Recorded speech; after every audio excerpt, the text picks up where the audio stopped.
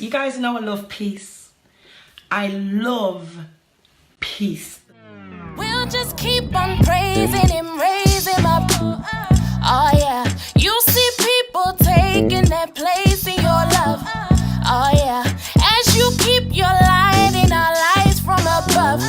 Oh yeah, you just spark the fire that fires me up. Oh yeah. It's funny because Mr. Chiwoko loves his peace too, and we went through a period where peace was the furthest thing away from us, the furthest thing away. Like, we didn't know what peace was. You know, I was suspicious, he was hiding, we were both insecure, we were fighting, there was conflict, there was anger, there was so much.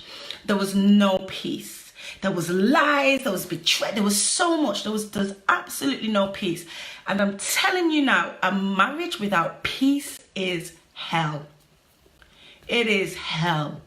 If you cannot be at peace in your home and in your marriage, it's something that eats at you. It's depressing, it's stressful, it's exhausting. You know, the Bible says that we should chase after peace, like run after it with all our hearts. Stress can cause illness. Lack of peace can cause illness. You need to run after peace. And, you know, Mr. Chiwoko always says, wow, like, he treasures the peace because he's come from, you know, us living crazy. He doesn't want that life anymore. It's like he treasures the peace. Me, I treasure the peace in this house. So we always try and think, you know, if we feel like conflict is coming, we'll always check, is it worth the peace? Is it worth destroying the peace that's in this house? This argument that we're about to have, is it really worth it?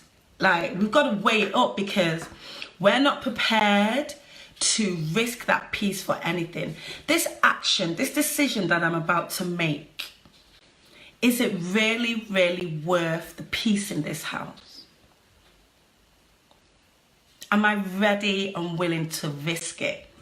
And most times out of 10, absolutely not. I'm not. Absolutely not. Now, that doesn't mean that we run away from, I've said it before in my other videos, we run away from addressing things.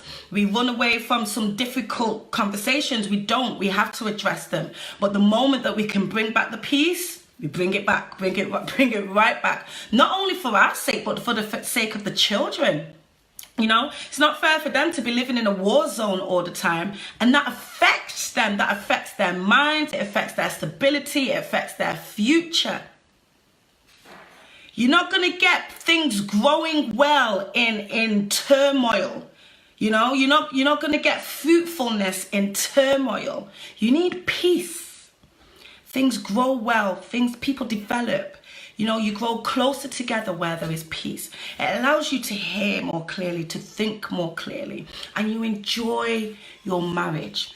Forbearance, this is the one that people don't like. So this version calls it forbearance. I like the word long-suffering, and I drag out that word long-suffering.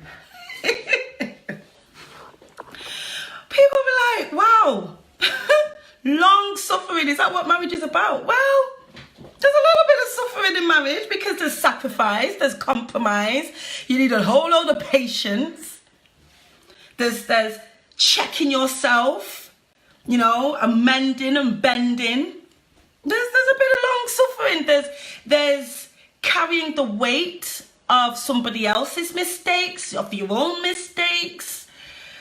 There's some suffering. But, you know, the example that we have is Christ.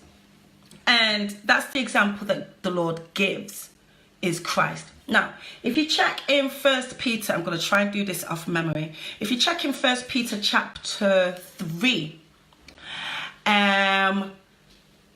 first verse, it says, likewise, ye wives, submit to your own husband.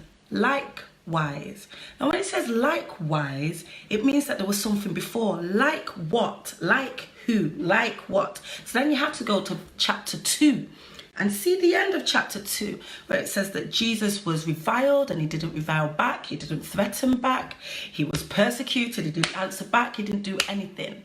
Yeah, he didn't respond, he didn't threaten, he was persecuted, he didn't do back. But then it says, likewise, ye wives.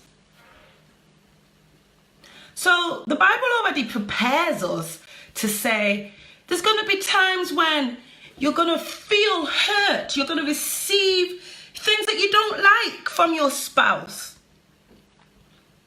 They're going to say something to you that you don't like. They're going to make a decision that is going to hurt you possibly. That's going to disappoint you. There's going to be disappointments. But the important thing, that likewise that we're supposed to act like Jesus Christ, is how you respond. So yeah, there is some long suffering because you have to sometimes hold back and take the hit. You have to take the hit sometimes. Because listen, sometimes when you're taking the hit for today, you're saving your home for the future. But what we tend to do is we want to protect ourselves now. You say A, I'm coming back with B. You do this, I'm coming back with that. You go there, I'm going here. You know, we want that straight away. That's not long suffering. Long suffering says, you say this, I'm not going to say a word. In fact, what I'm going to do is I'm going to retaliate with love, or I'm going to retaliate with peace. You did that, I'm not going to do that with you. I'm going to stay, I'm going to maintain the home, I'm going to keep praying for you, I'm going to stand in the gap and see what's going on here. You went there, I ain't going there with you. I'm staying here, I'm going to hold on. I'm going to keep holding you up. I'm here when you're ready for me to be here. You're looking at the future. You're looking at the long game for your marriage, because you understand that if you retaliate in the wrong way, that could possibly be the end of your home. And you got a vision and you got a plan, and you're saying the enemy's not going to work in my life like that. So yes, there is some long suffering. But you know, the Lord is a rewarder of those who diligently seek him. And there are seeds that you will sow. It's a principle of life. It's not even just a biblical principle, or just a principle that's just for Christians. It's a principle of life. You sow things into your marriage. They have to harvest. If you are making sure you're sowing them into fertile ground, they have to harvest. It's life. Whether I'm a Christian or not, the fact there could be two farmers, if we're both sowing in the same place, the same kind of seeds, they're both going to germinate. So these principles just stand. So if you're taking on a bit of suffering, a bit of long suffering, and you're, instead of retaliating, you're sowing in peace, you're sowing in joy, you're sowing in love, you're going to get that back. You'll get that back.